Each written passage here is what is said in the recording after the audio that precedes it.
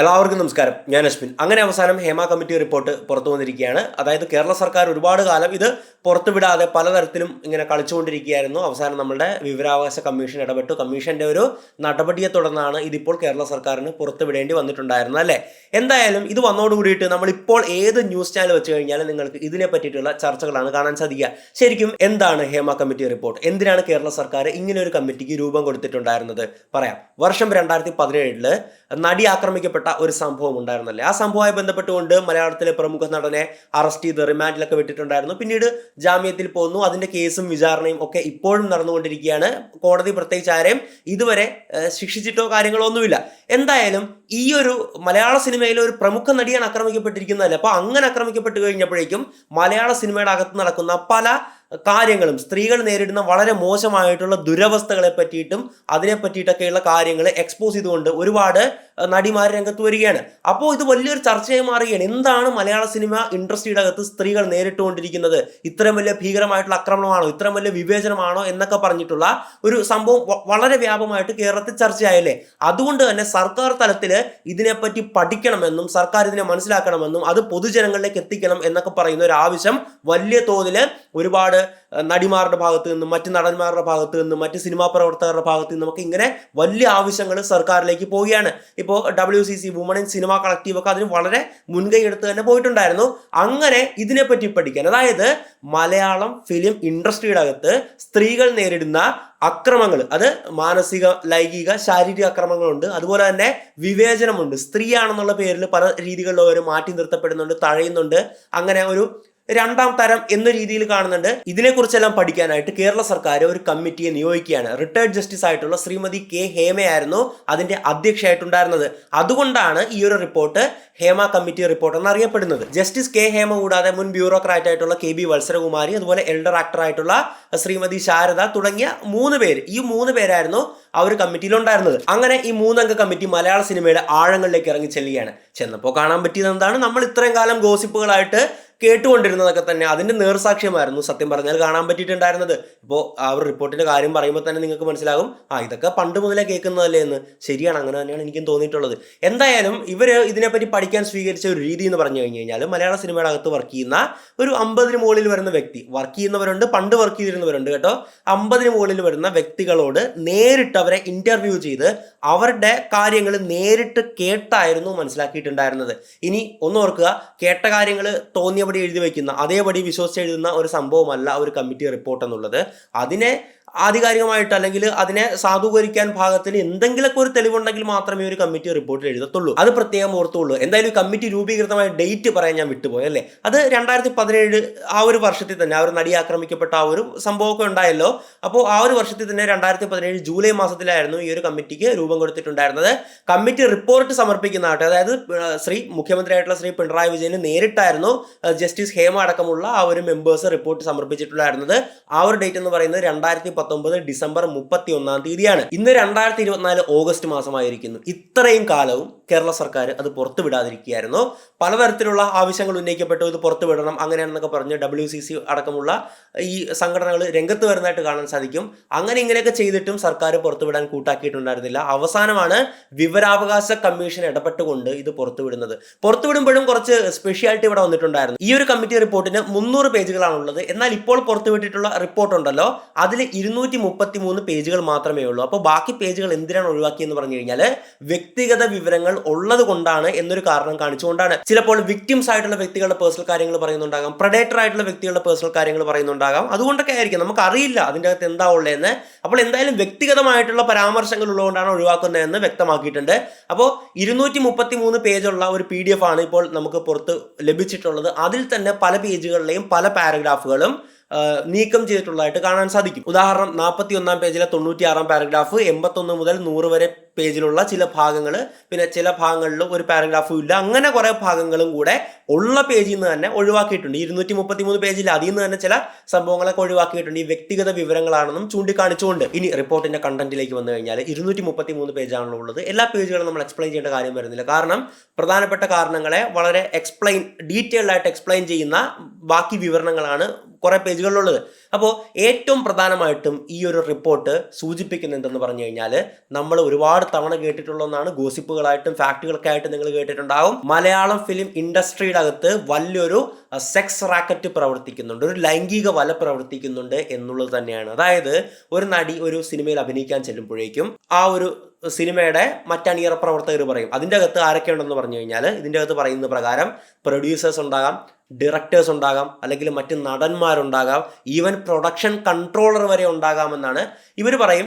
ഒന്നെങ്കിൽ അഡ്ജസ്റ്റ് ചെയ്യണം അല്ലെങ്കിൽ കോംപ്രമൈസ് ചെയ്യണം. ഈ രണ്ട് വാക്കുകൾ കൃത്യമായിട്ട് ഈ ഒരു റിപ്പോർട്ട് എടുത്ത് പറഞ്ഞിട്ടുള്ളതായിട്ട് കാണാം. അതായത് അർത്ഥമാക്കുന്നത് എന്താണ്, നിന്നെ വലിയ നടിയൊക്കെ ആക്കാം, ഈ സിനിമയിൽ ലീഡ് റോളൊക്കെ തരാം, അത് സൂപ്പർ സ്റ്റാറാണ് അഭിനയിക്കുന്നത്, അദ്ദേഹത്തിൻ്റെ കൂടെ അഭിനയിക്കുന്നത് വലിയൊരു ഭാഗമാണ്, നിന്റെ തലവരെ മാറിപ്പോവും, അങ്ങനെയൊക്കെ ചെയ്യാം, പക്ഷേ നല്ല പൈസയും തരാം, പക്ഷെ നീ ഒന്ന് കൂടെ കിടക്കണം, കിടക്ക പങ്കിടണമെന്ന് പച്ചയ്ക്ക് പറയുന്ന ഒരു സമ്പ്രദായം മലയാള സിനിമയിലെ ഒരു കൂട്ടം വിഭാഗം ചെയ്യുന്നു എന്ന് കമ്മിറ്റി റിപ്പോർട്ടിൽ പറയുന്നുണ്ട്. കമ്മിറ്റി റിപ്പോർട്ടിൽ വ്യക്തമായിട്ട് മറ്റൊരു കാര്യം കൂടി പറയുന്നുണ്ട്.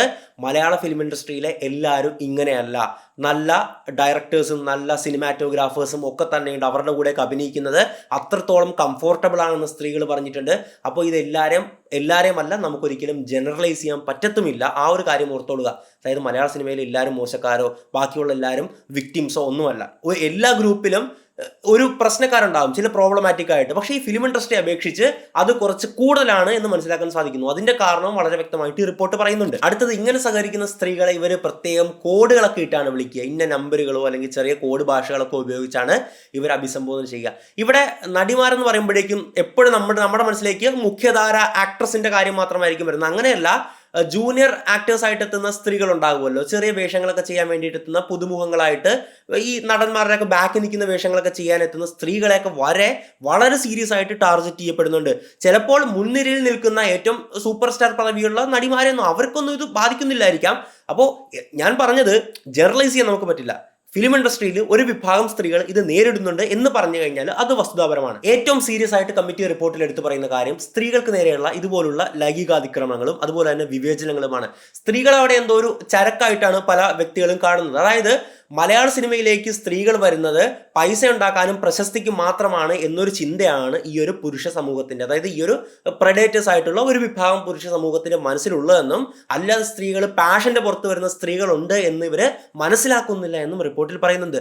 അതിന്റെ അടിസ്ഥാനത്തിൽ പുതിയതായിട്ട് വരുന്ന സ്ത്രീകളോടെല്ലാം തന്നെ ഇവരൊരു സെക്ഷൽ അപ്രോച്ച് നടത്തുകയും അതിന് വഴങ്ങിയില്ലെങ്കിൽ അവരെ ഭീകരമാം വിധം പല രീതികളിൽ ആക്രമിക്കുന്ന ഒരു പ്രവണതയും മലയാളം ഫിലിം ഇൻഡസ്ട്രിയിൽ നിലനിൽപ്പുണ്ട്. ഈ നടിമാർ രാത്രി മുറി നിൽക്കുമ്പോൾ ഇവര് വന്ന് കഥക് ശക്തമായിട്ട് അടിക്കുകയും, അത് ജസ്റ്റ് ഒരു തട്ടല്ല, കഥക് തല്ലിപ്പൊളിക്കുന്ന രീതിയിൽ ഇവർ വന്ന് അടിക്കാറുണ്ടെന്നും പലപ്പോഴും ഇവരെ തള്ളി തുറന്ന് മുറിയിലേക്ക് കയറി വരാറുണ്ട് എന്നൊക്കെയുള്ള സാക്ഷിമൊഴികൾ ഇതിനകത്ത് കാണാൻ സാധിക്കും. ഇനി ഈ റിപ്പോർട്ടിൽ ഏറ്റവും പ്രധാനപ്പെട്ട കാര്യം എടുത്തു പറയേണ്ടത്, ഇതുമായി ബന്ധപ്പെട്ട് കണക്ട് ചെയ്ത് പറയുവാണെങ്കിൽ, ഇങ്ങനെ ഇവരെ വരുന്ന സ്ത്രീകളെ തന്നെ ഈ ഒരു ലൈംഗിക വലയിൽ പെടുത്താൻ നോക്കും, ഒരു സെക്സ് റാക്കറ്റിൽ പെടുത്താൻ നോക്കും. പക്ഷെ ഇതിന് വഴങ്ങാത്ത, ഇതിനെ എതിർക്കുന്ന അല്ലെങ്കിൽ അതിനോട് മുഖം തിരിഞ്ഞു നിൽക്കുന്ന സ്ത്രീകളുണ്ടല്ലോ, ഇവര് ആ ഒരു സ്ത്രീകള് മറ്റ് ഈ ഒരു പുരുഷ വിഭാഗത്തിന്റെ കടുത്ത കോപത്തിനിരയാകുന്നു എന്നാണ് മനസ്സിലാക്കാൻ പറ്റുന്നത്. അതായത് ഇവരെ ബാൻ ഇൻ സിനിമ എന്ന് പറയുന്ന ഒരു സംഭവം, ബാൻ ഇൻ സിനിമ എന്നൊരു വാക്ക് തന്നെ അവിടെ നമുക്ക് കാണാൻ സാധിക്കും റിപ്പോർട്ടിൽ.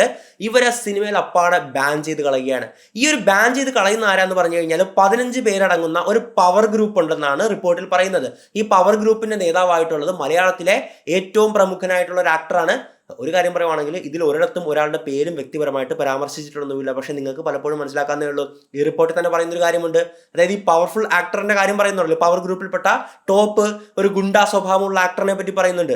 ആ ഒരു ആക്ടറാണ് പണ്ട് മാക്ട എന്ന് പറയുന്ന ഒരു ഗ്രൂപ്പ് ഉണ്ടായിരുന്നു. അത് ഈ സിനിമാക്കാരുടെ ഒരു സംഘടനയായിരുന്നു. ആ ഒരു മാക്ട എന്ന് പറയുന്ന സംഘടന പൊളിച്ച് അത് തകർത്തിട്ട് ഫെഫ്ക എന്ന് പറയുന്ന ഒരു സംഘടനയ്ക്ക് രൂപം കൊടുത്തിട്ടുള്ള ഒരു മലയാളത്തിലെ വളരെ കുപ്രസിദ്ധൻ, അതായത് വളരെ ഈവിൾ മൈൻഡഡ് ആയിട്ടുള്ള ഈ ഒരു പവർ ഗ്രൂപ്പിന്റെ ലീഡർ ആയിട്ടുള്ള ഒരു പ്രമുഖ സൂപ്പർ സ്റ്റാർ നടൻ ആണെന്നൊക്കെയുള്ള ലേബലുകൾ പറയുന്നുണ്ട്. ഇത്രയും പറയുമ്പോൾ തന്നെ നിങ്ങൾക്ക് കിട്ടിയിട്ടുണ്ടാകും. പക്ഷെ കമന്റിലൊന്നും എഴുതാതിരിക്കുക, ആരുടെയും പേര് പറഞ്ഞിട്ടില്ലല്ലോ, നമ്മളുടെ മനസ്സിൽ വയ്ക്കുക, അത്രേ ഉള്ളൂ. അപ്പോൾ ഈ ഒരു പവർ ഗ്രൂപ്പ് ഉടനെ അവിടെ ഇടപെട്ട് ഇവരെല്ലാം ഒതുക്കിക്കളയും, ഇവരെല്ലാം തഴഞ്ഞു കളയും. ഈ ഒന്നാമത്തെ അഭിനയത്തിൽ ബാൻ ഇൻ സിനിമ എന്ന് പറയുന്ന ഒരു സംഭവം ഉപയോഗിച്ചുകൊണ്ട് ഇവരുടെ സിനിമാ ജീവിതമേ ഇല്ലാതാക്കും. രണ്ടാമത്തെ കാര്യം, ഇനി ഈ ഒരു സ്ത്രീകൾ പോലീസിലോ മറ്റ് പരാതിപ്പെടുകയോ അല്ലെങ്കിൽ ബന്ധുക്കളോട് പറയുകയോ എന്നൊക്കെ പറഞ്ഞു കഴിഞ്ഞാൽ, അതൊക്കെ ചെയ്യാൻ പോയി കഴിഞ്ഞു കഴിഞ്ഞാൽ നിന്റെ ജീവൻ തുലച്ചു കളയും, നിന്നെ ജീവനോടെ വച്ചേക്കത്തില്ല തുടങ്ങിയ ജീവന് ഭീഷണിയാവുന്ന രീതിയിൽ, അവരുടെ ബന്ധുക്കളെയും ജീവന് ഭീഷണിയാവുന്ന രീതിയിൽ ഉള്ള വലിയ ഭീഷണിപ്പെടുത്തലുകളും ഈ സംഘത്തിന്റെ ആ ഒരു പവർ ഗ്രൂപ്പ് മാത്രമല്ല, ഇത് ചോദിക്കുന്ന സംഘമുണ്ടല്ലോ, അവരുടെ ഭാഗത്ത് നിന്ന് കേൾക്കാൻ ഇടയാകുന്നുണ്ട്. നമ്മൾ ഒന്ന് നോക്കുവാണെങ്കിൽ ഈ സംഘം വളരെ പവർഫുൾ ആയിട്ടുള്ള വ്യക്തികൾ തന്നെയാണ്. അവർ വിചാരിച്ച് എന്തും ചെയ്യാൻ പറ്റും. എല്ലാ പോലീസും സ്വാധീനം ഒക്കെ അവരുടെ കയ്യിലാണ്. കാരണം നമുക്ക് പല കേസുകളിൽ നമ്മൾ കണ്ടിട്ടുള്ളതാണ്, ഇത്രയും വലിയ സംഭവങ്ങളും കോലാഹലങ്ങളൊക്കെ ഉണ്ടായിട്ട് ഈ നടന്മാരെ ഒന്നും തൊടാനായിട്ട് ആർക്കും തന്നെ പറ്റിയിട്ടില്ല. പിന്നെ വലിയ സംഭവങ്ങൾ ഉണ്ടാകുമ്പോൾ എന്തെങ്കിലുമൊക്കെ പേരിന് നമ്മുടെ സർക്കാർ ഭാഗത്ത് നിന്നൊക്കെ എന്തെങ്കിലും കാട്ടിക്കൂട്ടുന്നല്ലാതെ ഇവർക്കൊക്കെ ശിക്ഷ മേടിച്ചു കൊടുക്കാൻ നമ്മുടെ സർക്കാരിനായിട്ടുണ്ടോ? ഇല്ല.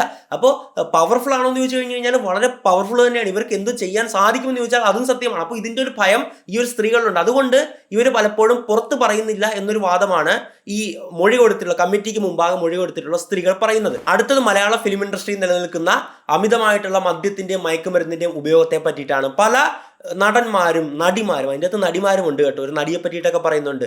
അപ്പോൾ ഇവര് സെറ്റിൽ ഈ മദ്യവും മയക്കുമരുന്നും ഉപയോഗിച്ചുകൊണ്ടാണ് വരുന്നത്. അതിന്റെ കൂടെയാണ് ഒരു നടിയുടെ കേസ് പറയുന്നത്. ഈ നടി അവിടെ അഭിനയിക്കാൻ വന്ന് മുറി നിൽക്കുകയാണ്, പക്ഷേ പെട്ടെന്ന് എത്ര വിളിച്ചിട്ടും വരുന്നില്ല, മൂഡ് ഓഫ് ആണെന്നും പറഞ്ഞ് ഇങ്ങനെ ഇരിക്കുകയാണ്, എന്തോ ഡ്രഗ് സബ്സ്റ്റൻസ് എന്തോ ഉപയോഗിച്ചിട്ട്. അപ്പോൾ ആ ഒരു പെണ്ണിന്റെ ബോയ് ഫ്രണ്ടിനെ ഉപയോഗിച്ച് പറഞ്ഞ ശേഷമാണ് ഈ പെണ്ണ് അങ്ങോട്ട് വന്നത് എന്നൊക്കെ ഈ ഒരു ഡ്രഗിനെ പറ്റി പറയുന്ന പാരഗ്രാഫിൽ പറയുന്നുണ്ട്.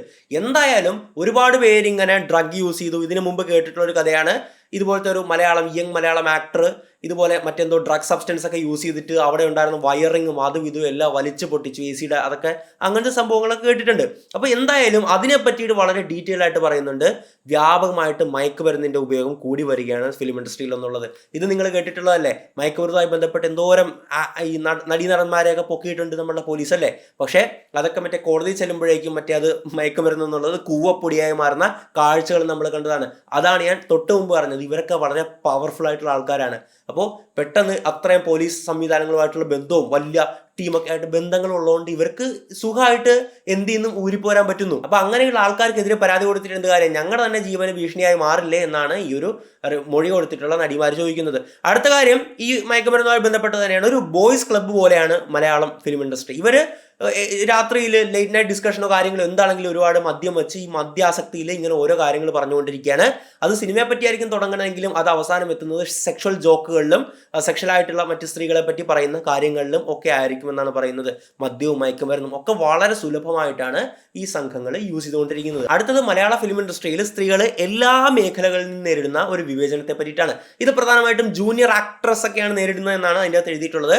ഈ ജൂനിയർ ആക്ട്രസ് എന്നൊക്കെ പറഞ്ഞാൽ എന്താണെന്നറിയാമല്ലോ, നമ്മളിപ്പോൾ നടൻ്റെ കൂടെ പുറകെ നിൽക്കാനായിട്ട് കുറച്ച് സ്ത്രീകൾ, അല്ലെങ്കിൽ നായികയുടെ കൂടെ പുറകെ നിൽക്കാനായിട്ട് കുറച്ച് സ്ത്രീകൾ, കോളേജ് സ്റ്റുഡൻസ് ഒക്കെ ആയിട്ട് ഈ സബ് റോളൊക്കെ ചെയ്യാനായിട്ടുള്ള ആൾക്കാരൊക്കെ വരത്തില്ല. ഇവരാണ് ജൂനിയർ ആർട്ടിസ്റ്റ് എന്ന് പറയുന്നത്. ഇവരെ ഏറ്റവും ക്രൂരമായിട്ടാണ് ഈ ഒരു സംഘം പീഡിപ്പിച്ചുകൊണ്ടിരിക്കുന്നത്. പീഡിപ്പിക്കുന്നവർ മാനസികമായിട്ടും ശാരീരികമായിട്ടും ഒക്കെ. അപ്പോൾ നമുക്ക് വേണ്ട ഒരു അടിസ്ഥാന കാര്യം എന്തെന്ന് പറഞ്ഞു കഴിഞ്ഞാൽ ടോയ്ലറ്റ് ആണല്ലേ. യൂറിനേറ്റ് ചെയ്യണമെങ്കിൽ സ്ത്രീകൾക്ക് പ്രത്യേകിച്ച് അത് ടോയ്ലറ്റ് സൗകര്യങ്ങൾ കൂടിയേ തീരത്തുള്ളൂ. പക്ഷേ ഈ ഒരു ജൂനിയർ ആർട്ടിസ്റ്റിന് രാവിലെ 7 മണിക്ക് ഡ്യൂട്ടിക്ക് കയറി കഴിഞ്ഞ് കഴിഞ്ഞാൽ വേറെ സ്ഥലത്തേക്കൊന്നും അവരെ വിടത്തില്ല, പോകാൻ പോലും അനുവദിക്കാതെ വെളുപ്പിന് 2 മണിക്ക് വരെ വർക്ക് ചെയ്യേണ്ടി വരാറുണ്ട്. ഈ സമയത്തൊക്കെ ഇവർ ഷൂട്ട് ചെയ്യുന്നത് ചിലപ്പോൾ റിമോട്ട് ലൊക്കേഷനിലായിരിക്കുമല്ലോ, പല കുന്നിന് മുകളിലോ ഗ്രാമപ്രദേശങ്ങളിലോ ഒക്കെ ആയിരിക്കുമല്ലോ. അതുകൊണ്ട് ഇവർക്ക് ഒരു ടോയ്ലറ്റ് സൗകര്യം പോലും അവിടെ കിട്ടാറില്ല. ഈവൻ ഈ മെൻസ്ട്രേഷൻ സമയത്ത്, പീരീഡ് സമയത്ത് പാഡ് പോലും മാറ്റാനുള്ള സൗകര്യം അവിടെ ലഭിക്കാറില്ല എന്ന് ഈ ജൂനിയർ ആർട്ടിസ്റ്റ് അടക്കമുള്ള വ്യക്തികൾ സ്റ്റേറ്റ് ചെയ്യുന്നുണ്ട്. ഇവർക്ക് കൊടുക്കുന്ന ശമ്പളത്തെ പറ്റിയിട്ട് കേൾക്കുമ്പോഴാണ് ശരിക്കും സങ്കടം തോന്നുന്നത്. വളരെ തുച്ഛമായിട്ട്, അതായത് നമ്മുടെ നാട്ടിൽ ഒരു കുറച്ച് നേരം വർക്ക് ചെയ്യുന്ന ഒരു ദിവസക്കൂലിക്കാരന് കിട്ടുന്നതിൻ്റെ ശമ്പളം അതിൻ്റെ ഒരു അംശം പോലും ഇവർക്ക് കിട്ടുന്നില്ല. പലതും ഇവരുടെ ഇടയിൽ നിൽക്കുന്ന ഏജൻസ് തന്നെ അടിച്ചു മാറ്റി കൊണ്ടുപോവുകയാണ്. ഇനി ഏജൻസിൻ്റെ കാര്യം പറഞ്ഞപ്പോഴാണ് ഓർത്തത്, ഈ ലൈംഗിക വല, സെക്സ് റാക്കറ്റിനെ പറ്റി പറഞ്ഞില്ലേ, ഇത് സെറ്റ് ചെയ്ത് കൊടുക്കാനായിട്ട് ഫിലിം ഇൻഡസ്ട്രിയുടെ അകത്ത് ആ സെറ്റിൽ തന്നെ ഒരു ഏജന്റ് കാണും. അതായത് ഒരു നടന് ഇന്ന ആക്ട്രസിനെ അപ്രോച്ച് ചെയ്യണമെങ്കിൽ ആ നടൻ ഡയറക്റ്റ് പോയിട്ട് അപ്രോച്ച് ചെയ്യത്തില്ല. അപ്പോൾ നടനും ഒരു ഏജന്റ് ഉണ്ടാകും. പുള്ളിയായിരിക്കും ഇന്ന നടന് അല്ലെങ്കിൽ ഇന്ന പ്രൊഡ്യൂസറിന് താല്പര്യമുണ്ട്, ഇത് അംഗീകരിക്കാമെങ്കിൽ വലിയ റോൾ തരാം എന്നൊക്കെ പറഞ്ഞ് അപ്രോച്ച് ചെയ്യുന്നത് ഏജന്റ് ആയിരിക്കും. അപ്പോൾ ഏജന്റുമാർ ഒരുപാട് ഇടയ്ക്ക് കിടന്ന് കളിക്കുന്നുണ്ട്. അപ്പോൾ ഞാൻ പറഞ്ഞു വന്നത്, സ്ത്രീകൾ നേരിടുന്ന വിവേചനങ്ങൾ വളരെ വലുത് തന്നെയാണ്. അതായത് ഒരു ടോയ്ലറ്റ് കിട്ടാറില്ല, ഈവൻ പാഡ് മാറ്റണമെങ്കിൽ പോലും ഒരു സൗകര്യമില്ല. ഷൂട്ടിംഗ് എന്ന് പറയുമ്പോൾ അറിയാലോ, വളരെ ഏതെങ്കിലുമൊക്കെ ഒരു മുക്കിലും മൂലയിലൊക്കെ വരാൻ സാധ്യതയുണ്ടല്ലേ. അപ്പോൾ ഇത് വളരെ പ്രശ്നമായിട്ടുള്ള കാര്യമാണ്. അവർ പറയുന്നൊരു കാര്യമുണ്ട്, ഇപ്പോൾ വലിയ നടിയാണെങ്കിൽ അവർക്ക് ക്യാരവാനൊക്കെ യൂസ് ചെയ്യാൻ പറ്റുന്നു. പ്രൊഡ്യൂസർ ഞങ്ങളെ വിളിക്കുമ്പോൾ അവിടെ ക്യാരവാൻ ഉണ്ട് എന്ന് പറഞ്ഞ് തന്നെയാണ് വിളിക്കുന്നത്. പക്ഷേ ഞങ്ങളെ ഒരിക്കലും അതിൻ്റെ അകത്തേക്ക് കയറ്റാറില്ല. അത് വലിയ സൂപ്പർ സ്റ്റാറുകൾക്കോ അല്ലെങ്കിൽ റെപ്യൂട്ടഡ് ആയിട്ടുള്ള നടീനടന്മാർക്കോ ഉള്ളതാണെന്നാണ് അവർ പറയുന്നത്. അതുകൊണ്ട് തന്നെ ഞങ്ങൾക്ക് വലിയ ദൂരത്തുള്ള വല്ല പറമ്പിലോ കാടുകളിലോ ഒക്കെ പോകേണ്ടതായിട്ട് വരും. ഇനി അങ്ങനെ ദൂരത്തേക്ക് പോകുമ്പോഴേക്കും സേഫ്റ്റിയുടെ പ്രശ്നങ്ങളുണ്ടാകും. ഒരാളെ കൂടെ വിളിക്കാമെന്ന് വെച്ചാൽ, ഒരാളെ കൂട്ട് വിളിക്കാമെന്ന് വെച്ച് കഴിഞ്ഞാൽ അതിനും അവർ സമ്മതിക്കത്തില്ല. സെറ്റിൽ വന്നു കഴിഞ്ഞാൽ ഞങ്ങളെ പുറത്തോട്ട് വിടാറേയില്ല. വലിയ ക്രൂരമായിട്ടുള്ള പീഡനവും വിവേചനവും ഒക്കെ തന്നെയാണ് നേരിടുന്നതെന്നാണ് ഈ ജൂനിയർ ആക്ട്രസ് നടിമാര് പറയുന്നത്. ഇതവർ ചോദിച്ചപ്പോൾ സെറ്റിലുണ്ടായിരുന്ന ഒരു മുതിർന്ന നടൻ പറഞ്ഞത്, കാലങ്ങളായിട്ട് സ്ത്രീകൾ മലയാള സിനിമയിലുണ്ടല്ലോ, അവർക്കൊന്നുമില്ലാത്ത പ്രശ്നങ്ങളാണോ നിങ്ങൾക്കുള്ളത് എന്നാണ്. അപ്പോൾ ഈ ഒരു ജൂനിയർ ആക്ടർസും മറ്റ് ആക്ടർസൊക്കെ ഇവരുടെ പരാതികളൊക്കെയായി ബന്ധപ്പെട്ട് അമ്മയെ സമീപിക്കുന്നുണ്ട്. അമ്മ എന്ന് പറയുന്ന താരസംഘടനയെ സമീപിക്കുന്നുണ്ട്. അമ്മ ഇവർക്ക് വേണ്ടി ഒന്നും തന്നെ ചെയ്തു കൊടുത്തില്ല എന്നാണ് പറയുന്നത്. അമ്മയുടെ ഭാഗത്ത് നിന്ന് ഈ സഫർ ചെയ്യുന്ന സ്ത്രീകൾക്ക് അനുകൂലമായിട്ട് ഒരു തരത്തിലുള്ള നീക്കങ്ങളും ഉണ്ടായില്ല. അതുപോലെ സ്ത്രീകളുടെ പരാതികൾ റിപ്പോർട്ട് ചെയ്യാൻ വേണ്ടിയിട്ട് ICC അഥവാ ഇന്റേണൽ കംപ്ലൈൻസ് കമ്മിറ്റി സംതിങ് ഒരു കമ്മിറ്റി ഉണ്ട്. ആ കമ്മിറ്റിയിലും പരാതി കൊടുത്തിട്ടൊന്നും പ്രത്യേകിച്ച് ഒരു നടപടിയും ഉണ്ടാകുന്നില്ല എന്നാണ് ഈ മൊഴി കൊടുത്തിട്ടുള്ള എല്ലാ വ്യക്തികളും പറയുന്നത്. അതായത് വിത്തിൻ സിനിമ ഇവർക്ക് അനുകൂലമായിട്ട് ആരും തന്നെ ഇല്ല, ഒരു സംഘടനയില്ല, ഒരു വ്യക്തികളോ ഒന്നും തന്നെ ഇല്ല. ഇവർ സഫർ ചെയ്യുന്നു, ഇവർക്ക് പുറത്തു പറയാൻ പറ്റാത്ത ഒരവസ്ഥയുണ്ട്. ഇനി മറ്റൊരു സ്ത്രീ പറയുന്ന കാര്യമുണ്ട്. അതായത് ഒരു സിനിമയുടെ ടൈറ്റിൽ റോളിൽ അഭിനയിക്കുന്ന ഒരു നടിയായിരുന്നു. അപ്പോൾ ആ നടിയോട് പറഞ്ഞത്, ഈ ഷൂട്ടിങ്ങിന് മുമ്പ് പറഞ്ഞത്, ഇന്റിമേറ്റ് ആയിട്ടുള്ള രംഗങ്ങളൊക്കെ ഉണ്ടാകും. അപ്പോൾ നടി വിചാരിച്ചത് എന്താണ്, ആ രംഗങ്ങളൊക്കെ ഉണ്ടാവുമെങ്കിലും അത് നായകന്റെ കൺസെന്റോടെയും നമ്മുടെ കൺസെന്റോടെയൊക്കെ അല്ലേ ചെയ്യുന്നത്, അതിൽ വലിയ പ്രശ്നങ്ങൾ വരില്ല എന്നാണ്. പക്ഷേ സെറ്റിലെത്തി ഷൂട്ടിംഗ് തുടങ്ങിയപ്പോഴാണ് ഡയറക്ടർ പറയുന്നത്, ജസ്റ്റ് ഇന്റിമേറ്റ് ഒന്നും അല്ല, അത് വളരെ ഡീപ്പായിട്ടുള്ള ലിപ് ലോക്ക് ഉണ്ട്, അതുപോലെ തന്നെ ഡ്രസ്സിന്റെ പിൻഭാഗം അഴിച്ചുള്ള ഒരു സീനുണ്ട്, ബാത്ത് ടപ്പിൽ നേക്കഡായിട്ട് കിടന്നുള്ള സീനുണ്ട്, ഇതൊക്കെ ചെയ്യേണ്ടി വരും എന്നൊക്കെ പറയുകയാണ്. അപ്പോൾ ആ ഒരു നടി കുറച്ച് ദിവസം അഭിനയിച്ചിട്ടുണ്ടായിരുന്നു. അത് കഴിഞ്ഞിട്ടാണ് പറയുന്നത് റെന്യൂമറേഷൻ, അതായത് പൈസ കൊടുത്തിട്ടൊന്നുമില്ല. അപ്പോൾ ഇതൊക്കെ കാരണം ആ നടി കുറേയൊക്കെ ഷൂട്ട് ചെയ്തു ഇതിന്റെ ഭാഗങ്ങളിൽ. ഡയറക്ടർ ഓരോ ദിവസം അതിന്റെ ലിമിറ്റ് കൂട്ടി വരികയാണ്. അതായത് അവസാനമായപ്പോഴേക്കും ടോട്ടലി നേക്കഡായിട്ട് അഭിനയിക്കണം എന്നൊക്കെ പറയുകയാണ്. പക്ഷേ അങ്ങനെ അവസാനം ഈ ഒരു നടി അത് പറ്റില്ല എന്നും പറഞ്ഞത് പോരുകയാണ്. ഉപേക്ഷിച്ച് പോകുന്നപ്പോഴേക്കും ഈ ഡയറക്ടർ 2 ദിവസത്തിന് ശേഷം ഈ നടിയെ വിളിക്കുകയാണ്. നിന്റെ ഒരുപാട് വിഷ്വലും സീനുകളൊക്കെ ഞങ്ങൾ ഇതിനിടയിൽ ഷൂട്ട് ചെയ്തിട്ടുണ്ട്, അതൊക്കെ പുറത്ത് വിടുമെന്ന് പറഞ്ഞ് ഭീഷണിപ്പെടുത്തിയാണ്. അങ്ങനെ പുറത്ത് വിടരുതെങ്കിൽ എൻ്റെ ഫ്ലാറ്റിലേക്ക്, എറണാകുളത്തെ എൻ്റെ ഫ്ലാറ്റിലേക്ക് എന്നെ ഒറ്റയ്ക്ക് വന്ന് കാണണം, അതായത് ഒരു സെക്ഷൽ അഡ്ജസ്റ്റ്മെന്റ് അവിടെ ഉണ്ടാകണം എന്നുള്ള തരത്തിൽ ഈ ഡയറക്ടർ സംസാരിക്കുകയാണ്. അപ്പോൾ ഈ നടി പറയുന്നുണ്ട്, ഞാൻ ഈ വിഷയം പ്രൊഡ്യൂസറിനുമായി ബന്ധപ്പെട്ട് പറഞ്ഞു, പ്രൊഡ്യൂസറോട് പറഞ്ഞത് പോലീസ് കംപ്ലൈന്റ് ചെയ്യും, അങ്ങനെ പ്രൊഡ്യൂസർ ഇടപെട്ടത് ഒത്തുതീർപ്പാക്കി എന്നൊക്കെയാണ് പറയുന്നത്. അപ്പോൾ ഇതാണ് പല സ്ത്രീകളുടെയും അവസ്ഥ. ഇവരെ ഒരു ലൈംഗിക വസ്തുവായിട്ടാണ് ഈ ഒരു സിനിമയിൽ കാണുന്നത്. അത് പൊതുബോധമായി മാറി. അതായത് ഫിലിം ഇൻഡസ്ട്രിയിലേക്ക് വരുന്ന സ്ത്രീകൾ ഇതിനൊക്കെ അഡ്ജസ്റ്റ്മെന്റിനും കോംപ്രമൈസിനും തയ്യാറാകണം എന്നൊരു പൊതുബോധം നിലനിൽക്കുന്നു എന്ന് കൃത്യമായിട്ട് ഈ റിപ്പോർട്ടിൽ പറയുന്നു. ഇനി മലയാള സിനിമയിൽ കാസ്റ്റിംഗ് കൗച്ച് നിലനിൽക്കുന്നുണ്ടെന്ന് വളരെ വ്യക്തമായിട്ട് പറയുന്നുണ്ട്. എന്താണ് കാസ്റ്റിംഗ് കൗച്ച് എന്ന് പറഞ്ഞു കഴിഞ്ഞാൽ ഇത് തന്നെയാണ് സംഭവം. ഫിലിമിലേക്ക് അഭിനേതാക്കളെ ക്ഷണിക്കുന്നു എന്നൊക്കെ പറഞ്ഞിട്ട് ഓൺലൈനായിട്ട് പോസ്റ്ററും കാര്യങ്ങളൊക്കെ ഇട്ട് ഇന്റർവ്യൂവിന് ക്ഷണിക്കുന്നു, ഓഡീഷൻ എന്ന് പറയുമല്ലേ. ഇങ്ങനെ ഓഡീഷനെ വിളിച്ച് കുറച്ച് അവർക്കൊരു ഭംഗിയുണ്ടെന്ന് തോന്നുന്നവരെ സെലക്ട് ചെയ്തെടുത്തിട്ട് ഇവര് ഈ എങ്ങനെയെങ്കിലും അവരെ ഈ ഒരു ലൈംഗിക വലയിലേക്ക്, അതായത് സെക്സ് റാക്കറ്റിന്റെ ഭാഗമായിട്ട് ഇങ്ങോട്ട് കൊണ്ടുവരാനാണ് ശ്രമിക്കുന്നത്. അപ്പോൾ ആ ഒരു കിടക്ക പങ്കിടണം, ഇവർക്ക് എങ്ങനെയെങ്കിലും അവരെ വളച്ചെടുക്കണം. ഈ ഒരു സംഭവമാണ് കാസ്റ്റിംഗ് കൗച്ച് എന്ന് പറയുന്നത്. ഇത് വളരെ വ്യക്തമായിട്ട് നിലനിൽക്കുന്നുണ്ടെന്ന് ഈ റിപ്പോർട്ട് അടിവരയിട്ട് പറയുന്നുണ്ട്. അതായത് റിപ്പോർട്ട് പ്രകാരം സ്ത്രീകളെ മലയാള ഫിലിം ഇൻഡസ്ട്രിയിൽ ഒരു 2ാം തരമായിട്ട്, ഒരു സെക്കൻഡ് സിറ്റിസൺ ആയിട്ടാണ് ട്രീറ്റ് ചെയ്യുന്നത്. അവരെ ഒരു വസ്തുവിനെ പോലെ ഉപയോഗിച്ച് തള്ളാനുള്ള ഒരു വസ്തുവായിട്ട് മാത്രം കാണുന്ന ഒരു പ്രവണത ഒരു ഗ്രൂപ്പ്, എല്ലാവരും എന്നല്ല, ഒരിക്കലും ജനറലൈസ് ചെയ്ത് പറയാൻ പറ്റില്ല, അതും റിപ്പോർട്ട് പറയുന്നുണ്ട്. പക്ഷേ ഒരു ഗ്രൂപ്പ് ഓഫ് മെൻ കാണുന്ന, ആണുങ്ങൾ കാണുന്നത് സ്ത്രീകളെ ഒരു വസ്തുക്കൾ, ഒരു ലൈംഗിക വസ്തു മാത്രമായിട്ടാണ് എന്നത് റിപ്പോർട്ട് കൃത്യമായിട്ട് പറയുന്നുണ്ട്. അപ്പോൾ എന്തൊക്കെ നമ്മൾ കവർ ചെയ്ത് നോക്കിക്കഴിഞ്ഞാൽ സ്ത്രീകൾ പ്രധാനമായിട്ട് ഇതുപോലുള്ള ലൈംഗികാതിക്രമങ്ങളും വിവേചനങ്ങളും, സ്ത്രീയാണെന്നുള്ള പേരിലും വലിയ വിവേചനങ്ങളും ഒക്കെ നേരിടുന്നുണ്ട് എന്നുള്ളത് സത്യമായിട്ടുള്ള കാര്യമാണ്. ഇതോടൊപ്പം കമ്മിറ്റി എടുത്തു പറയുന്ന മറ്റൊരു കാര്യമുണ്ട്. എന്താണെന്നറിയാവോ? സിനിമയിൽ ചാൻസ് കിട്ടാൻ എന്ത് വിട്ടുവീഴ്ചയ്ക്കും തയ്യാറാവുന്ന സ്ത്രീകളും പെൺകുട്ടികളും ഉണ്ട് എന്ന് തന്നെയാണ്. അതായത് ഇതുപോലുള്ള ഒരു കോംപ്രമൈസിനോ അഡ്ജസ്റ്റ്മെന്റിനോ ആവശ്യപ്പെടുമ്പോൾ വളരെ സന്തോഷത്തോടു കൂടി അതിന് വില്ലിംഗ് ആയിട്ടുള്ള വ്യക്തികളുമുണ്ട്. അത് മാത്രമല്ല പറയുന്നത്, അതിന്റെ അപ്പുറത്തേക്കും ഭീകരമായിട്ടുള്ളൊരു കാര്യം പറയുന്നുണ്ട്. ഈ പെൺകുട്ടികളുടെ അമ്മമാരും ഉണ്ടാവുമല്ലോ, അമ്മമാരൊക്കെ ആയിട്ടായിരിക്കും ഇവർ സെറ്റിൽ വരുന്നത്. ഈ അമ്മമാർ വരെ ഇതിൽ വലിയ കുഴപ്പമൊന്നും ഇല്ലല്ലോ എന്നുള്ള രീതിയിലാണ് കാണുന്നതെന്ന് റിപ്പോർട്ടിൽ കൃത്യമായിട്ട് പറയുന്നുണ്ട്. അപ്പോൾ ഇതും നമുക്കറിയാവുന്ന ഒരു സംഭവം തന്നെയാണ്. ഇപ്പോൾ ഒരുപാട് സ്ത്രീകൾ ഈ ഒരു അഡ്ജസ്റ്റ്മെന്റ് ചെയ്ത് കൊടുത്തിട്ട് നായികമാരാകുന്നുണ്ട്. അതാണല്ലോ ഇതിൽ നിന്ന് ഉദ്ദേശിക്കുന്നത്. ഈ സംഭവത്തെ പറ്റി വളരെ ഗൗരവമായിട്ട് നമ്മൾ സംസാരിക്കേണ്ട. കാരണം ഇവര് വളം വെച്ച് കൊടുക്കുന്നവരാണ് എന്ന് തന്നെ പറയേണ്ടിയിരിക്കുന്നു. അതിനെപ്പറ്റി സംസാരിക്കുക. അതിനോടൊപ്പം ചേർത്ത് വെക്കേണ്ട ഒന്നാണ്, ഈ റിപ്പോർട്ടിൽ തന്നെ പറയുന്നുണ്ട്, 2017 നടി ആക്രമിക്കപ്പെട്ടതുപോലുള്ള ആ ഒരു അതിജീവിതയ്ക്ക് സംഭവിച്ചത് അതേപോലുള്ള ഒരു സംഭവം മറ്റൊരു നടിക്ക് സംഭവിച്ചിട്ടുണ്ടായിരുന്നു എന്നൊക്കെ പറഞ്ഞിട്ട്. പക്ഷേ ഇവിടെയൊക്കെ നമ്മൾ ചർച്ച ചെയ്യേണ്ടത്, അല്ലെങ്കിൽ ഏത് രീതിയിലൂടെയാണ് നോക്കിക്കാണ്ടതെന്ന് പറഞ്ഞു കഴിഞ്ഞാൽ, ഇപ്പോൾ നമ്മുടെ ഡബ്ബിംഗ് ആർട്ടിസ്റ്റ് ആയിട്ടുള്ള ഭാഗ്യലക്ഷ്മി ഇല്ലേ, ശ്രീമതി ഭാഗ്യലക്ഷ്മി റിപ്പോർട്ടർ ചാനലിൽ ഒരു ഫോണിൻ ഇന്റർവ്യൂ കൊടുത്തിട്ടുണ്ടായിരുന്നു. അപ്പോൾ ഭാഗ്യലക്ഷ്മി പറയുന്നത് ഇതേ കാര്യം തന്നെയാണ്. ഇതുപോലെ ആത്മാഭിമാനവും ആത്മവിശ്വാസവും പണയപ്പെടുത്തുന്ന സ്ത്രീകൾ ഇതുപോലെ പ്രഡേറ്റേഴ്സിനെ, കഴുകന്മാരെ വളർത്താൻ അല്ലെങ്കിൽ വളരാൻ സഹായിക്കുന്നു എന്നുള്ളതാണ് വളരെ സത്യസന്ധമായിട്ടുള്ള കാര്യമാണ്. അതായത് നമ്മൾ ഒരു ക്രൈം ചെയ്യാത്തത് 2 കാരണങ്ങൾ കൊണ്ടാണ്. ഒന്നാമത് നമുക്ക് മാനസികപരമായിട്ട് വേറെ ക്രൈം ചെയ്യാനുള്ള മെന്റാലിറ്റി ഒന്നുമില്ല, ഓക്കെ, അങ്ങനത്തെ ഒരു വിഭാഗമാണ് നമ്മളൊക്കെ അല്ലേ. ഇനി മറിച്ചൊരു വിഭാഗം ക്രൈം ചെയ്യാത്ത എന്തെന്ന് പറഞ്ഞു കഴിഞ്ഞാൽ അവർക്ക് ക്രിമിനൽ മെന്റാലിറ്റി ഉണ്ട്, ക്രൈം ചെയ്യണമെന്നുണ്ട്, പക്ഷേ ഇവിടുത്തെ നിയമത്തെ പേടിയുള്ളതുകൊണ്ടാണ്. നമ്മുടെ രാജ്യത്ത് നിയമമൊന്നുമില്ലെങ്കിൽ ആ ഗ്രൂപ്പ് വലിയ രീതിയിൽ അക്രമം അഴിച്ചു വിടുമല്ലേ.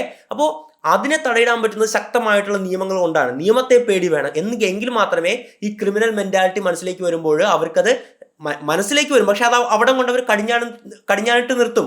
പേടിയാണ് നിയമത്തെ. അങ്ങനത്തെ ഒരു സംഭവത്തിന്റെ നേരെ ഓപ്പോസിറ്റ് ആയിട്ടുള്ള ഒന്നാണ് ഇവിടെ നടക്കുന്നത്. ഇങ്ങനെ ചാൻസ് കിട്ടാൻ വേണ്ടി അഡ്ജസ്റ്റ് ചെയ്യാമോ, കോംപ്രമൈസ് ചെയ്യാമോ ചോദിക്കുമ്പോൾ അതിന് വഴങ്ങി കൊടുക്കുന്നത് ഒരു ശരിയായിട്ടുള്ള രീതി അല്ല ഇവിടെ. മാത്രമല്ല സെക്ഷൽ അബ്യൂസുകളും അസോൾട്ടുകളും നേരിട്ട് കഴിഞ്ഞ് കഴിഞ്ഞാൽ ഉറപ്പായിട്ടും നിയമത്തിന്റെ മുമ്പിൽ വരിക എന്നുള്ളതാണ്. അല്ലാതെ ഓക്കെ പേടിച്ചിട്ടാണ് അത് പുറത്തു വരാത്തതെന്ന് പറയും ന്യായമായിട്ടുള്ളതാണ്. എങ്കിൽ കൂടിയിട്ട് അത് പുറത്തു പറയണമെന്ന് ഞാൻ പറയത്തുള്ളൂ. ഓക്കെ, അത് ജസ്റ്റിഫൈബിൾ ആണ്, നമുക്ക് മനസ്സിലാക്കാം അല്ലേ. പക്ഷേ മറ്റൊരു വിഭാഗം ഇതൊക്കെ നടക്കുന്നു അറിഞ്ഞിട്ടും അവർക്ക് നേരിട്ടിട്ടും ഇവർക്ക് ഇതിന്റെ പുറകെ പോയിക്കൊണ്ടിരിക്കുകയാണ്. എനിക്കതൊന്നും കുഴപ്പമില്ല, അതൊക്കെ അഡ്ജസ്റ്റ് ചെയ്ത് ഞാൻ വിട്ടോളാം, അതൊന്നും കണ്ടില്ല എന്നടിക്കാം, എനിക്ക് സിനിമയെ മറ്റേ ഹീറോയിൻ ആകണം എന്നും പറഞ്ഞു പോകുന്ന ഒരു വിഭാഗവുമുണ്ട്. ഇവരൊക്കെ തന്നെയല്ലേ ഈ കഴുകന്മാരെ വളർത്തുന്നത്. കാരണം എന്ത് ചെയ്തു കഴിഞ്ഞു കഴിഞ്ഞാലും നിയമത്തിന്റെ മുമ്പിൽ ഇതൊന്നും വരുന്നില്ല. ഒരു നിയമത്തിനും ഞങ്ങളെ തൊടാൻ കഴിയില്ല, ഞങ്ങൾ അത്രത്തോളം ശക്തരാണ്, ഇത്രയൊക്കെ ചെയ്തിട്ട് ഒരുപാട് സ്ത്രീകളെ ഞങ്ങൾ ഉപയോഗിച്ച് തള്ളി, എന്നിട്ടും ആരെങ്കിലും ഞങ്ങൾക്കെതിരെ ശബ്ദിച്ചോ എന്നൊക്കെ വിചാരിക്കുമ്പോൾ ഇവർക്ക് വീണ്ടും വീണ്ടും ക്രൈംസ് ചെയ്യാൻ വ്യഗ്രത കൂടത്തേ ഉള്ളൂ. നിയമത്തെ പേടിയില്ല, ക്രിമിനൽ മെന്റാലിറ്റി ഉണ്ട്. ഇത് രണ്ടും കൂടെ വന്നു കഴിഞ്ഞാൽ ഉറപ്പായിട്ടും ഇവർ ക്രൈം ചെയ്യും. ഇതാണ് ഇതിന്റെ പ്രശ്നം. നമ്മൾ മറ്റെല്ലാ മേഖലകളിലും മുന്നേറുന്നത് അല്ലെങ്കിൽ ഒരു തൊഴിൽ ഉൾപ്പെട്ട് പുരോഗതി കൈവരിക്കുന്നതൊക്കെ എന്തിന്റെ അടിസ്ഥാനത്തിലാണ്? നമ്മുടെ സ്കില്ല്, ആത്മവിശ്വാസം, എഡ്യൂക്കേഷൻ, ആ ഒരു വിഷയത്തെ പറ്റിയിട്ടുള്ള അറിവ്, അതിന് എത്രത്തോളം ഡെഡിക്കേറ്റഡ് ആയിട്ട് നമുക്ക് ഔട്ട്പുട്ട് കൊടുക്കാൻ പറ്റും, നമുക്ക് ആ ഒരു വ്യക്തിക്ക് എത്രത്തോളം പ്രോഫിറ്റബിലിറ്റി ഉണ്ടാക്കാൻ പറ്റും, കമ്പനിയിലാണെങ്കിൽ എത്ര നല്ല പെർഫോം ചെയ്യാൻ പറ്റും, അങ്ങനെ പല കാര്യങ്ങളുടെ അടിസ്ഥാനത്തിലാണ്. ഒറ്റവാക്കി പറയുവാണെങ്കിൽ സ്കില്ലല്ലേ, നമ്മുടെ സ്കില്ലിന്റെ അടിസ്ഥാനത്തിലാണ് ഈ കാര്യങ്ങൾ പോകുന്നത്. പക്ഷെ മറിച്ച് സിനിമയിലേക്ക് വരുമ്പോഴേക്കും ഒരു വിഭാഗം സ്ത്രീകള് സ്കിൽസിലോ ആത്മവിശ്വാസത്തിലോ, അതായത് ഇവിടെ അഭിനയിക്കാനുള്ള കഴിവാണല്ലോ, അതിലൊന്നും വിശ്വാസം വെച്ച് പുലർത്താതെ ഇവർക്ക് വഴങ്ങി കൊടുക്കുന്നത് വളരെ തെറ്റായിട്ടുള്ളൊരു പ്രവണതയാണ്. ഇത് ഞാൻ പറയുന്നത് മാത്രമല്ല കേട്ടോ, നമ്മുടെ ഡബ്ബിംഗ് ആർട്ടിസ്റ്റ് ആയിട്ടുള്ള ശ്രീമതി ഭാഗ്യലക്ഷ്മി അടക്കം പറയുന്ന കാര്യമാണ്. അവർക്ക് എന്തോരം വർഷങ്ങളായിട്ട് ഈ ഒരു ഫിലിം ഇൻഡസ്ട്രി വർക്ക് ചെയ്യുന്ന വ്യക്തികളാണ്. അപ്പോൾ കൃത്യമായിട്ട് അവർ പറയുന്നുണ്ട് ഇവിടെ ബലാത്സംഗങ്ങൾ നടക്കുന്ന കുറവാണ്, പലരും സമ്മതത്തോടെ, പൂർണ്ണ സമ്മതത്തോടെ വഴങ്ങി കൊടുക്കുന്ന ഒരു സാഹചര്യമാണുള്ളതെന്നാണ് അത് മനസ്സിലാക്കാൻ സാധിക്കുന്നത്. അപ്പൊ എന്താണ് സംഭവിച്ചുകൊണ്ടിരിക്കുന്നത്? ഇതിന് ഉത്തരവാദി ഈ ഒരു വിഭാഗം തന്നെയല്ലേ. തൊട്ട് മുമ്പ് മറ്റൊരു കേസ് ഞാൻ പറഞ്ഞു, അതായത് 2017 നടിക്ക് നേരിട്ട അക്രമം പോലെ ആ ഒരു അതിജീവിതയെ പോലെ മറ്റൊരു നടിക്കും അത് നേരിട്ടിട്ടുണ്ടായിരുന്നു. അവരും അതിജീവിതമായിട്ട് തുടരുകയാണല്ലേ. എന്തുകൊണ്ട് പുറത്തു വരുന്നില്ല? ഇവിടെ ചെയ്യാൻ പറ്റുന്നതെന്ന് പറഞ്ഞു കഴിഞ്ഞാൽ, നിങ്ങൾ സിനിമാക്കാരൻ, നിങ്ങൾ പുറത്ത് പറഞ്ഞു കഴിഞ്ഞാൽ വേറൊരു നടനോ നടിക്കെതിരെയോ വലിയ ആരോപണം ഉന്നയിച്ചു കഴിഞ്ഞാൽ നിങ്ങൾക്ക് വലിയ സപ്പോർട്ടായിരിക്കും കിട്ടുന്നത്. അപ്പോൾ അതിലൊരു പ്രശ്നങ്ങളും വരില്ല. ദയവായിട്ട് നിങ്ങൾ ജൂനിയർ ആക്ട്രസ് ആകട്ടെ, മറ്റ് മുഖ്യധാര ആക്ട്രസ് ആകട്ടെ, എന്തോ ആയിക്കൊള്ളട്ടെ, സിനിമയിൽ നടക്കുന്ന കാര്യങ്ങൾ, നിങ്ങൾക്ക് നേരിട്ടിട്ടുള്ള അനുഭവങ്ങൾ, നിങ്ങളുടെ കൺമുമ്പിൽ നടക്കുന്ന കാര്യങ്ങൾ പുറത്തു പറയുക. അല്ലാതെ നിങ്ങളെ ഒരാൾ ശാരീരികമായിട്ട് ഉപദ്രവിച്ചു, അത് കുഴപ്പമില്ല, എനിക്ക് സിനിമയിൽ കയറേണ്ടതാണല്ലോ, ഇത് ആരും അറിയത്തില്ല. ഇതിൽ പറഞ്ഞ പോലെ തന്നെ ഇത് വലിയ പ്രശ്നമില്ല. നടിമാര്, പെൺകുട്ടികൾ അഡ്ജസ്റ്റ് ചെയ്ത് കൊടുക്കുന്നതിൽ പ്രശ്നമില്ല എന്ന് വിചാരിക്കുന്ന അമ്മമാര് വരെ ഉള്ളൊരു സമൂഹമാണ് നമ്മുടേത്. ആ അമ്മമാരടക്കമാണ് ഇതുപോലുള്ള കഴുകന്മാരെ വളർത്തുന്നത് എന്ന് കൃത്യമായിട്ട് പറയേണ്ടി വരും. എന്തിന്? അപ്പോൾ ഇതിനെതിരെ സംസാരിക്കുന്ന സ്ത്രീകൾക്ക് വലിയ സല്യൂട്ട്. അതാണ് പറയാനുള്ളത്. അവർ അത്രത്തോളം സിനിമയിൽ നിന്ന് പുറത്താകാം, ഫീൽഡ് ഔട്ട് ആക്കാം, ബാൻ ഇൻ സിനിമ, അങ്ങനെ ഒരുപാട് പേര് പുറത്ത് ആക്കിയിട്ടുമുണ്ട്. ഇപ്പോൾ ചാൻസ് ഒന്നും കിട്ടാതിരിക്കുന്നില്ലേ? അപ്പോൾ പക്ഷെ എന്നിട്ട് പോലും മറ്റ് സ്ത്രീകൾക്ക് വേണ്ടിയിട്ട് അവർ ഉറച്ച ശബ്ദത്തോടെ നിലകൊള്ളുന്നുണ്ടെങ്കിൽ അവർ ഗ്രേറ്റ്, ദേ ആർ ഗ്രേറ്റ് സത്യം പറഞ്ഞാൽ. എന്തായാലും ഇത്രയൊക്കെയാണ് ഈ ഒരു ഹേമ കമ്മിറ്റി റിപ്പോർട്ടിനെ പറ്റി പറയാനുള്ളത്. ഒറ്റ വാക്കിൽ പറയുവാണെങ്കിൽ മലയാള സിനിമയിൽ നമ്മളുടെ സ്ത്രീകളെ, നമ്മളുടെ ഫ്രണ്ട്സ് ആകാം, അല്ലെങ്കിൽ നമ്മുടെ ഫ്രണ്ട്സൊക്കെ നാളെ വലിയ നടി ആകണമെന്നൊക്കെ ആഗ്രഹിക്കുന്നവരില്ലേ, നമ്മളുടെ ഫാമിലി തന്നെ കാണും, നമ്മുടെ കസിൻസ് ഗേൾസ് ഒക്കെ കാണും അല്ലേ. അപ്പോൾ അവരൊക്കെ നാളെ ചെന്ന് കയറേണ്ട ഒരു ഇൻഡസ്ട്രി ഇങ്ങനെയാണെങ്കിൽ എന്ത് സുരക്ഷയാണ് അവർക്ക് അവിടെ ഉള്ളത്? നമ്മൾ ചിന്തിക്കേണ്ട കാര്യം തന്നെയല്ലേ. വളരെ ഗുരുതരമായിട്ട് തന്നെ നമ്മൾ ചർച്ച ചെയ്യേണ്ട ഒന്നാണ്. ഇതുപോലുള്ള കഴുകന്മാരുടെ മുഖങ്ങൾ വലിച്ചു കീറി പുറത്ത് കൊണ്ടുവരിക തന്നെ ചെയ്യണം. മുഖം മൂടിയിട്ട മുഖങ്ങൾ. മഹാന്മാരെ അടുത്തറിയുമ്പോൾ മനസ്സിലുള്ള വിഗ്രഹങ്ങൾ ഉടഞ്ഞു വീഴുമെന്ന് കേട്ടിട്ടില്ല. അത് തന്നെയാണ് മലയാള സിനിമയിലെ പല സൂപ്പർ സ്റ്റാറുകളുടെയും അവസ്ഥ, പല സെലിബ്രേറ്റഡ് ഡയറക്ടേഴ്സിന്റെ അവസ്ഥ, വലിയ പ്രൊഡ്യൂസേഴ്സിന്റെ അവസ്ഥ. സിനിമാ മേഖലയിൽ പ്രവർത്തിക്കുന്ന ആരെങ്കിലൊക്കെ ഉണ്ടെങ്കിൽ ഒന്ന് അന്വേഷിച്ച് നോക്കിക്കഴിഞ്ഞ് കഴിഞ്ഞാൽ ചിലപ്പോൾ ഈ കഥകളൊക്കെ കേൾക്കാൻ സാധിക്കും. മറ്റൊരു വീഡിയോയിൽ മറ്റൊരു വിഷയമായിട്ട് നമുക്ക് വീണ്ടും കാണും. Special Madappally signing out.